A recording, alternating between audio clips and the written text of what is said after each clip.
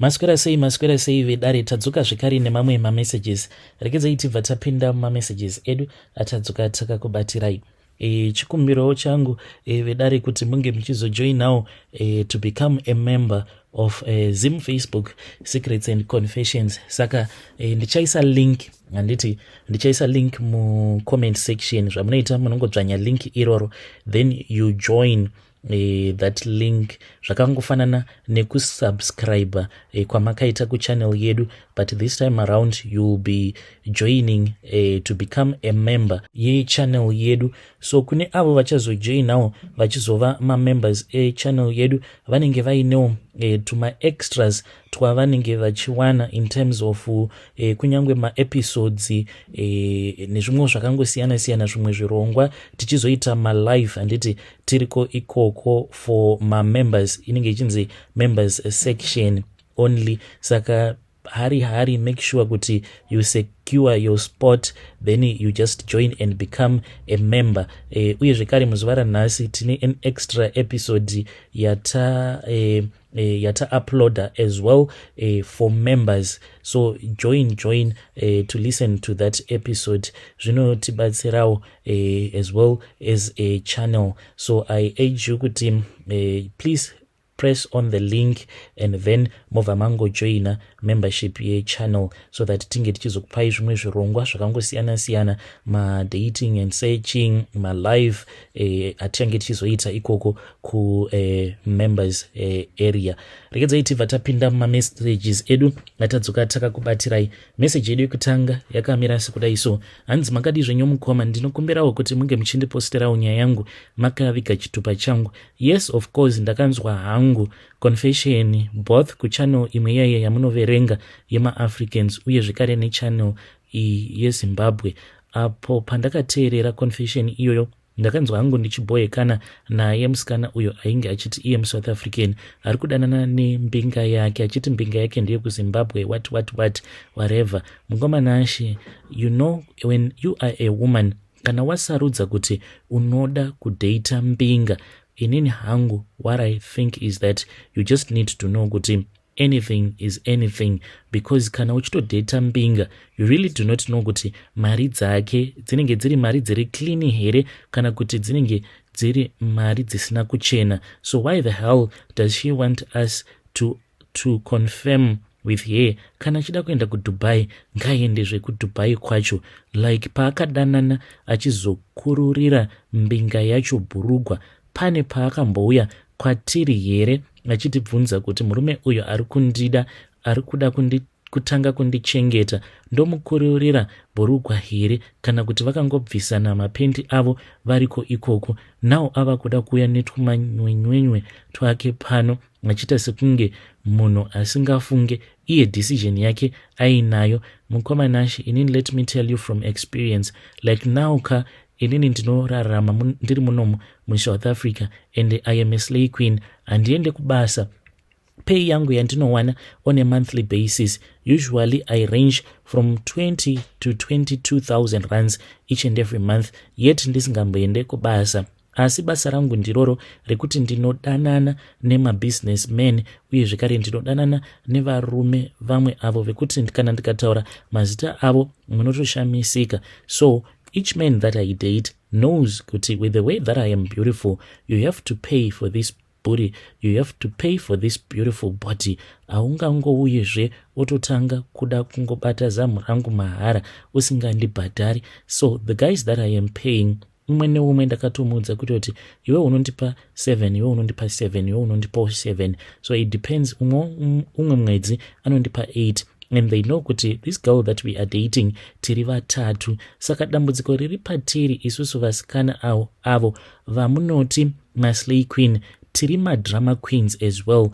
At the same time we try to pretend as if tiri honest njani, but deep down tinozviziva kuti tiri mahure. Ndakatoverenga futi kamwe kapost kaumwe musikana ainge achicomplaina what ndikatongoti mai ava havana kukwana, ngavangozvihurira vasingadi kuzoita pamuromo, because when you are a slay queen nyaya ingoripo ndiyo yekuti iwewe unotongotengesa chinhu chako and unongochitengesa nestyle. So uyo ari kuda kuenda kuDubai ngaaende please akanyarara. She is not going to die. It's like zvakangofanana kana ukadya tsvina yemunhu kana kuti yembwa unofa here. Handiti uchizobva kuDubai kwacho ikoko unenge uine uchouviri. Like inini in my case ndine vana vangu avo vanogara namama vangu vandakatengerawo imba mukoma kumasuburbs, in which my mom, she knows kuti ndo basa rangu iri randinoita. Vakanditi mwanangu,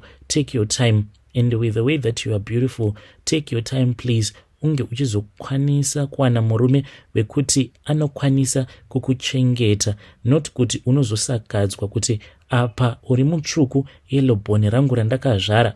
Ndiko kunzwa kuSouth Africa ikoko kuti wava kugara mumaprazi nezvichoni zvemumaprazi. Mukoma nashi mumzi yangu inopopota mukoma. So why have I come here?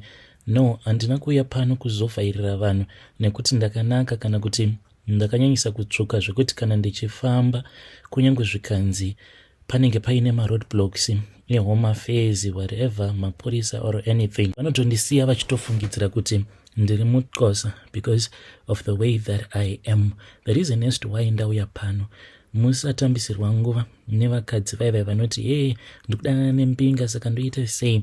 What I know is that munhu iye kunyangwe akanzi apiwa maadvices ekuti siyana nayo mbinga yako iyoyo, I swear to you, kana dai mainge muine kamera yekuti you could follow that person around, you would see kuti hakuna slay queen rinombofa rakarambana nembinga yarinoziva kuti rine mari. Kunyange slay queen akatoona mbinga ichitoita kana bonde sezvandinombonzwa nenyoka, munhu iye will keep on dating. Vanganiko vakafa muma-accidents nembinga dzavo, munoti vainge vasina hope dzavairota here, kana kuti zvimwe zvinhu zvavainge vachisangana nazvo like ma-warnings ekuti iwe mbinga iyi siyana nayo, but munhu nekuda kwekuti unenge uchinyanyisa kukara mari unotongozvidza kuti I'll see. So inini mukoma nashi, like ndikadanana nemunhu wanditenge ndadanana naye handitsvaki zvakawanda.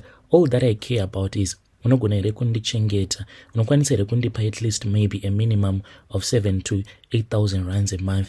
If you are able to do that, so why the hell should I even question you? I won't do that because you are a man to me. You hustle to keep me happy. So iwewe you do your thing. Kana wewe yakunoku ndokufadzazve apo paunenge usingakwanise kufadzwa naGules, ndo rinenge riri basa rangu rekuti ndike ndichikufadza so that usazoita stress. So like yeah, mukoma nashi, I don't know kuti i-confession here or what, but ndangoti ndike ndichingompa advice uyo muSouth African ngasada kuti jairira, like iye kana chidanana nembinga ngangodanana nembinga yake akangonyarara mukoma. Vedari ndo message iyo yandakatumidzirwa ichibva kune mwanasikana uyu. Hey, iwe namai vako I can see kuti kutokwana chaiko ndo kwamusina kuita. How can your mother encourage you to date 3 men at the same time? How can she do that to you? Anyway, very sorry. Kana ndakutukaiva hanzvadzi. Hezvo kave dare, ngatizamei kuti tinge tichitaura naye mwanasikana uyu mucomment section.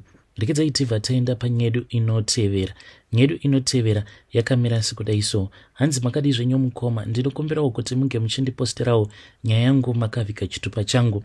Ndauyawo pano ndiine confession yangu iyo yandiinayo. Confession yangu mukoma nashi yakamira sekudai so.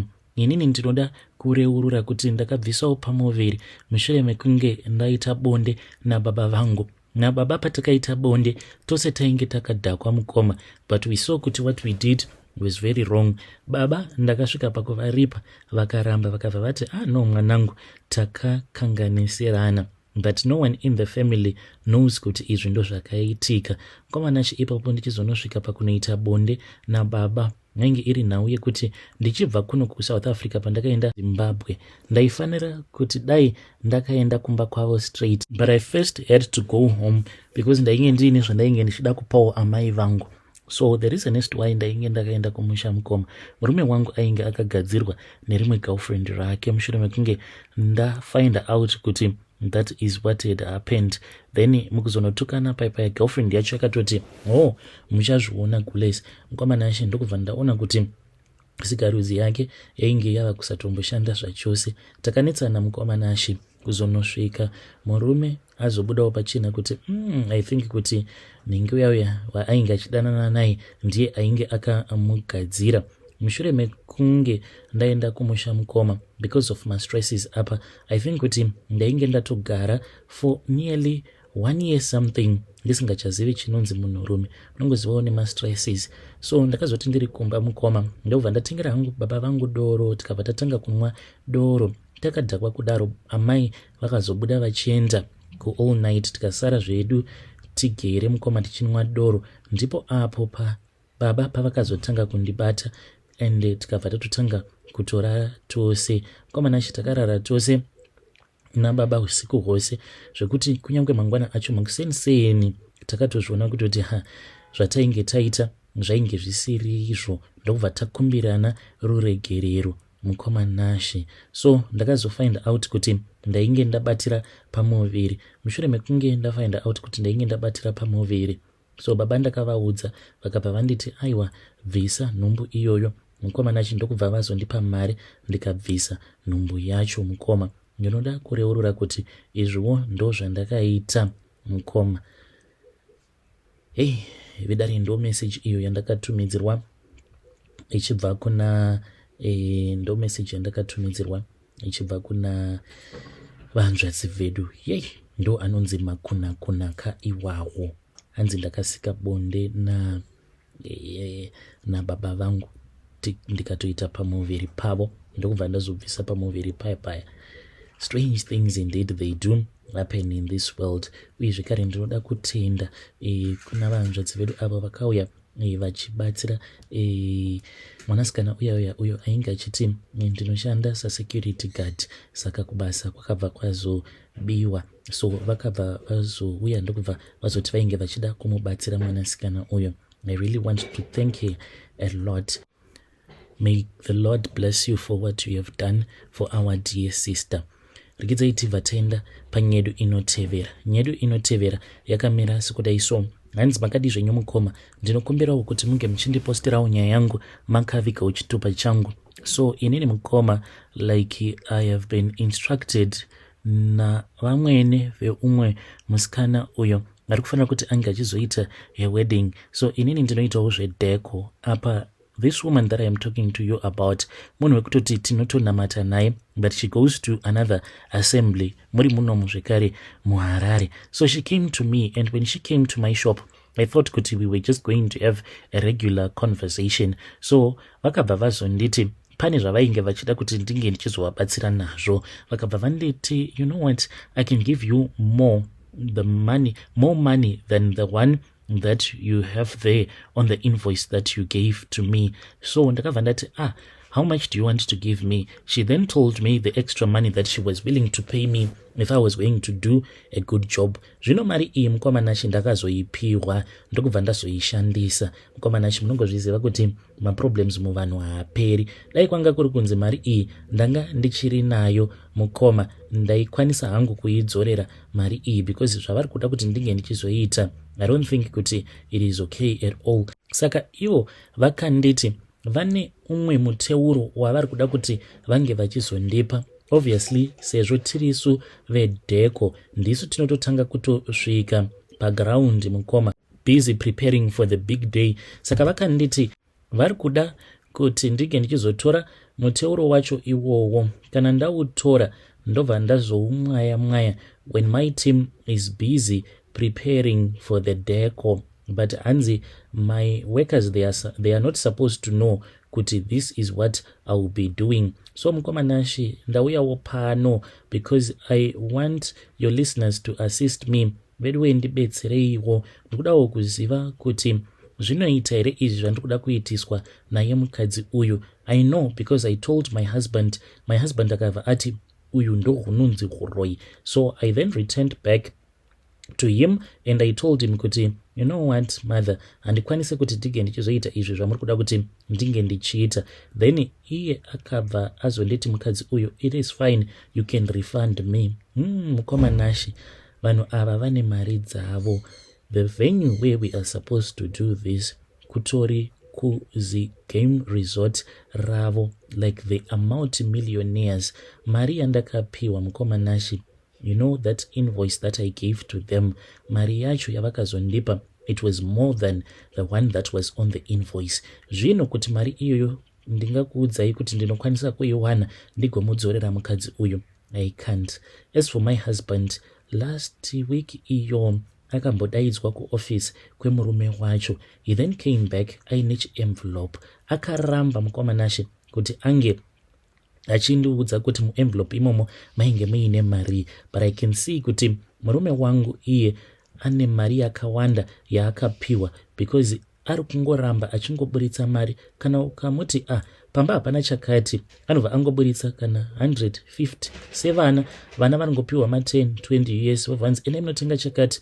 And he used to be that stingy man wekuti mwana achingobva kutakshop anobva atobvunza kuti ko change yangu iripi, but as we are speaking right now munewe kutoti haatombobvunzi kana change mushure mekunge akutuma, kungava kuri kushop or wherever, anongoramba akanyarara. So mukomanashi, I am caught up in this dilemma. I know kuti this woman, she does not mean any good to her future daughter-in-law, and she has promised me other business opportunities. Achiti dzimwe nguva hanzi kunotoitirwa even ma-conferences ikoko kuresort kwavo, in which hanzi she will make sure kuti I will be the one who will always have first preference. Kunyangwe hanzi kana kukada kuzoitwa ma-conference kunyangwe ari ema-government departments, I will also be the one who will be called to do madeko ikoko. So I will be connected business-wise kana ndikabvuma kumubatsira mukadzi uyu.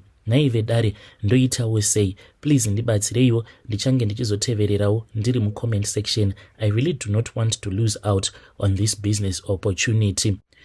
Hey vedare, ndo message iyo yandakatumidzirwa ichibva kuna vanzvadzi vedu avo. Ngatizamei kuti tinge tichitaura navo vanzvadzi vedu ava mucomment section. Hanzi ndiri mukristu, I think kuti ndo dambudziko hombe ratovapo iro rekuti munhu anenge achiti ndiri muChristian, but when it comes to my issues akadai so munhu anobva ambosendeka ukristu hwacho paside obva atanga kurizina, because as a Christian the first thing that you're going to say is handikwanisi kuti ndinge ndichizviita zvinhu zvakadai so. I don't know, am I wrong or am I right? Let us talk about this issue uye zvakare ngatitaurei navo mucomment section.